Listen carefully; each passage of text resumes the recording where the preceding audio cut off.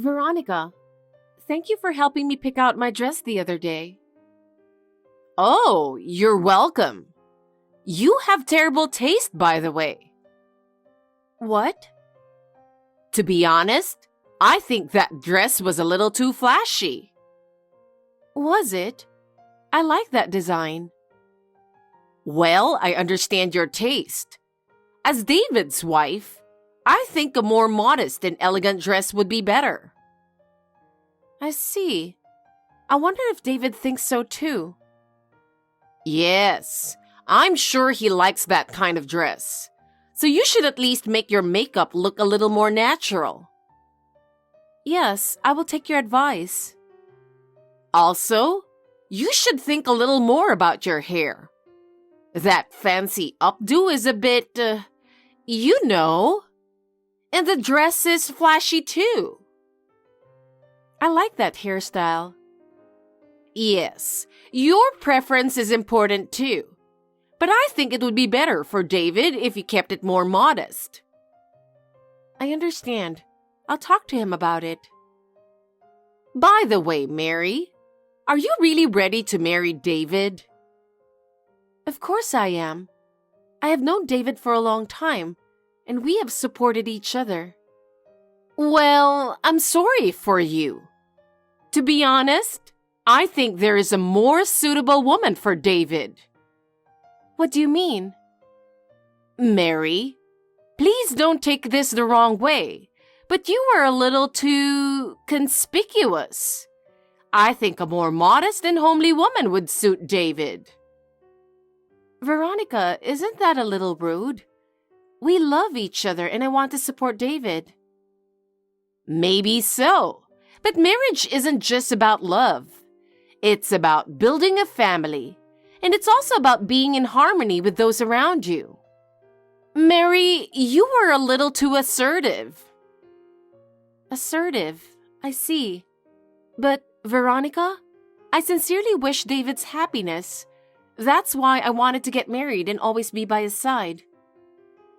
I hope that's true. But if you really care about him, I hope you'll reconsider whether there's a more suitable woman for him. Veronica, I love David, and he loves me too. We want to build a happy family together. Then I want you to make an effort to be more modest. For David's sake and your own. Yes, okay. Well, okay. Anyway, let's talk again about dresses and makeup. Yes, I understand. Thank you very much for today. Veronica, where are you? Please get back to us immediately. I'm very worried because I cannot get in touch with you. If you see this text, please reply as soon as possible. Sorry, I just saw your messages. I was taking a hot bath and didn't notice. So, is there something wrong? A hot bath? You can come soon, right? I need you to hurry. What do you mean? Did something happen today? I don't know what you're talking about. Today is the wedding day.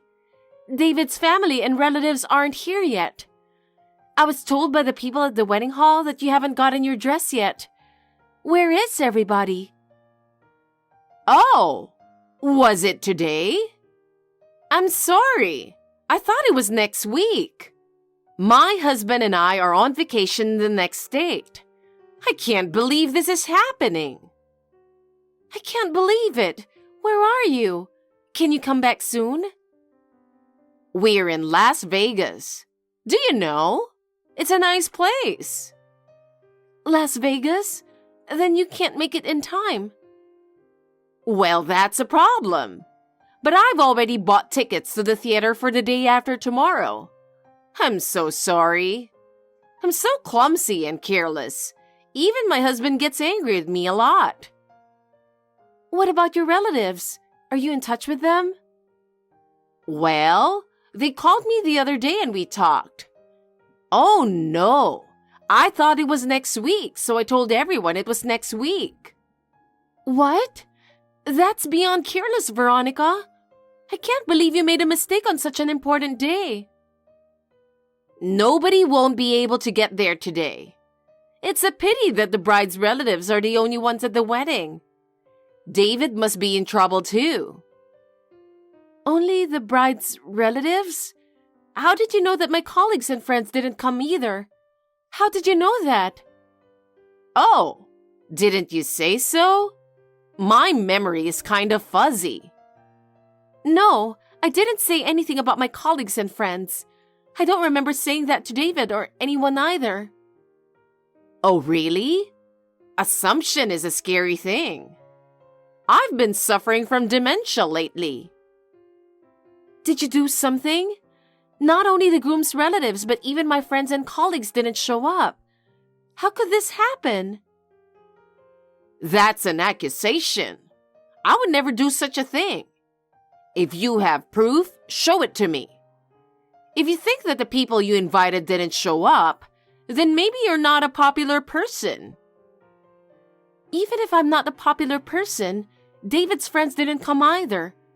He is a well-liked person. And yet, don't you think it's strange that no one came? Why don't you hurry up and call them and gather them? That's the least you can do, isn't it? David is contacting all the guests right now, but everyone seems to be thinking that the wedding was canceled. Oh, well, why don't you really cancel it? It's miserable to have a wedding with no guests, isn't it? There's no need to go through with that. Do you know what you're saying? Are you seriously saying that you want us to cancel the wedding? I'm sure David can find a better bride, and you don't have a good reputation, so it's not a bad idea, right? I understand. I'll cancel today's wedding. Oh dear, it was such a nice place for a wedding. I'm sorry we're here on a vacation. Yes, it was a very nice place. So even if we cancel, we will have to pay the full amount. David and I have to work hard from now on. Oh my! If the marriage is going to be canceled, shouldn't you be the one to pay the full amount? Because a wedding is a place where the bride can be as selfish as she wants to be. The bride's expenses are higher than the groom's, and I don't want David to be bothered with it. That's not the way it works either. We are getting married, and it was both of our weddings, so the cost is split 50-50. Besides, you have responsibilities too. It's not very presentable to get married without a wedding. It's unthinkable to do such a half-hearted thing. There are more and more couples like that these days. The truth is, we could have a wedding just us and my family as it is. There's no way they would allow such a thing. A wedding without the groom's parents? I can't tell you how much I put into raising David. I'm sure David would want his parents and relatives to be able to attend the wedding, and we will consider having the ceremony again. However, we spent a lot of money this time, so we can't have as big a ceremony as we were going to this time. Mary, reply to me right now. There is something I need you to explain. What on earth is this? Yes, Veronica, what's wrong? What do you think you're doing? What is this postcard? Oh, did you get it? I worked so hard to get it to you as soon as possible. How on earth did you have a wedding? Explain it to me. After what happened 10 days ago, I talked it over with David. It would be a waste to cancel the ceremony at that point, so we decided to have a ceremony just with my family. And David agreed to that? Yes, he did. Even my grandfather, who had been looking forward to seeing me in the wedding dress, came all the way from far away. So we had no problem to have a wedding. It's a real shame that you all couldn't come, but we still had a happy day. So, why are you using a picture of the two of you with the bride's family for the wedding report? Do you think you can neglect the groom's family? Oh, I forgot. I'm sorry. I'm really a screw-up and careless person. It's not that I wasn't thinking about your family. But when it came time to take the picture, I just went ahead with it in the heat of the moment. There's no way this could have been done carelessly. I really can't believe your attitude. Actually, David was also very depressed because you could not come. Still, I thought it was important for us to do the best we could and have a happy day. David was depressed? If that's the case, you shouldn't have had the wedding without us, right? That's what he said, but in the end, he decided to look on the bright side. We wanted to cherish that important moment in our lives, even if some were missing. I really wanted you to celebrate with us, but circumstances had to be taken care of. Still, I can't believe they would use a photo of the wedding without the groom's side of the family. Why is that? You missed the wedding because you were careless, and then went through the trouble to tell the guests that the wedding was no longer held. That's something I can't believe. You don't have any proof that I called the guests to tell them the wedding was canceled. That's an accusation. I ask everyone. What? After the wedding, I contacted each and every guest and asked them. They all said you contacted them the day before and told them that there would be no wedding because the marriage had broken up. They said they were in shock because of the breakup. You even told them to leave us alone because we were depressed. Did I say that? I've been suffering from dementia lately. If you have proof, show it to me. Do you enjoy bullying me? Of course I do. Oh. I really wonder what kind of person you think you are. I can't help but worry about leaving David in the hands of someone like you. Veronica, I guess you've become senile. You couldn't even think about your son's grief. That was a leading question, wasn't it? You tricked me. That's not what I'm trying to do. If you really wanted to celebrate our marriage, you wouldn't have done this, would you? David is really sad too. He is? Yes. David was really shocked by your behavior. I told you, didn't I? How can you prioritize picking on me without even thinking about his grief? It's the same as becoming mentally slow. Oh, that's not right. You accidentally forgot about it, right? I didn't forget. I'm not that out of it. You didn't forget? Oh. Well, I knew that. David is even angrier than I am. He said you're not his mother because you did this kind of nonsense. That's why the picture in the postcard is the family picture he wanted. He doesn't consider you family anymore. That can't be true. He was crying, saying he called you the day before. He was crying? He has apologized to all the guests in person. He also gave them that postcard at that time. You're lying. He didn't say anything to them, did he? What do you mean? That thing, you know, about the wedding, about the cancellation. Oh, you mean the story about you calling without telling us to cancel the wedding? If that's the case, he explained it to them very thoroughly, showing our text messages. Oh my God! My relatives are going to get angry at me.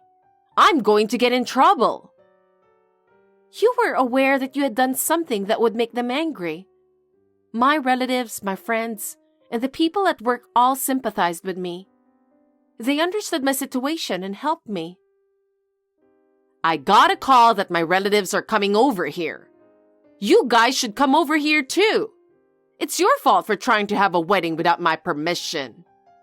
Your husband apologized. My husband? You don't have dementia, you know that. Anyway, you blocked David's number on his cell. It's a premeditated crime, going out of your way to make it impossible for us to contact your husband. How did you know that? Because your husband is a serious person, not someone who would harass us like you. David went back to your home to tell him something was going on when you were out at a dance class. So, he knows all this too? Yes, he does. And he will pay for the wedding. In addition to that, your dancing class, baking class, ukulele class, and quilting class, he decided to make you stop various other lessons and pay the wedding fee with those tuitions. Spending $2,000 per month for all those lessons is crazy. If I stopped going, I wouldn't have any friends. All my fun would be gone. I was so close to really losing my friends too. Because of your lies, I was made out to be a very unfaithful woman who was just trying to steal their money. That's a bit of an exaggeration, but it's mostly true. Mostly true?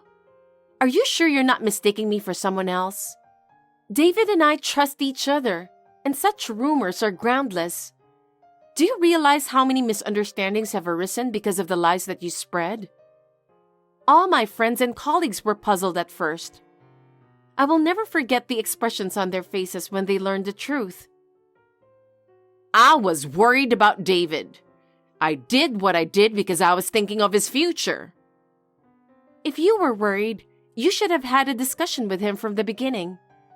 It is more sincere to talk to him rather than sneaking around behind our backs. That's what family is all about, isn't it? Your way won't make anyone happy. Anyway, come over here now. Protect me. I can't. We're at the spa right now. What? He told me that he wants to relax, so I took him to a spa to cheer him up. We also came here to have a nice steak dinner. Where's the spa? I'm sure it's somewhere local. Then you can come here soon. We're about 3 hours away, so we can't. 3 hours away? So I can't come right now. Please get scolded from your husband and relatives. Oh no! I'll lose my position if I don't do something about it. I can't even go to my lessons. What should I do if my husband divorces me? I can't face David. That's about the extent of what you did. I'm angry too. More than anything else, you made my dear husband sad and cry. I can't forgive you for that more than the bullying. Mary, I'm sorry. I can't imagine that I won't be able to see David. Please help me. My life, my relationships, everything is falling apart. First of all, please apologize to David. He worked so hard to prepare for the wedding so that everyone could enjoy it. But because of you, it was ruined. You should know how much it hurt him. I've been trying to reach him, but I can't get through. What should I do? I really don't know what to do. I want to apologize to him directly, but I can't even talk to him. I see. He must have been in quite a shock. What you did must have caused him a lot of heartbreak. Please tell David that I'm sorry too. Tell him to call me. I can't stand the thought of losing my lessons, my position, and David. What in the world do I have to live for? We lost our once-in-a-lifetime wedding. Do you understand that? You have no idea how much trouble you have caused to many people. I'm sorry. I didn't mean for any of this to happen. I just did it to embarrass you a little. I never imagined it would be this big of a deal. I just wanted to get you in trouble.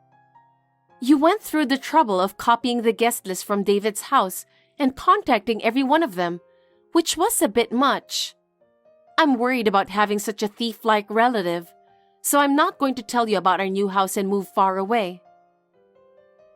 Oh no! Please don't do that! I really regret what I did. I will do my best to repair our relationship from now on, so please give me another chance. From now on, let's change our minds and build a good relationship. I will do my best too. Please don't give up on me. Tell David, please don't give up on me. I'm sorry, I can't try. So, goodbye. I'm leaving you so that David and I can be happy. Please don't disturb us anymore. Goodbye. After that, Veronica was scolded terribly by her husband. He scolded her for ruining our wedding, and he was furious when he learned of her numerous harassments against us. She now lives under her husband's strict supervision. She can no longer behave as she used to. I wonder if it was her husband's mercy that kept them from getting divorced. Relatives also voiced strong condemnation of her behavior. They are all saying that they will dissociate themselves from her. She ended up alone for what she had done. Her once glamorous life was gone. She spends her days in solitude and regret. On the other hand, David and I have started a new life together.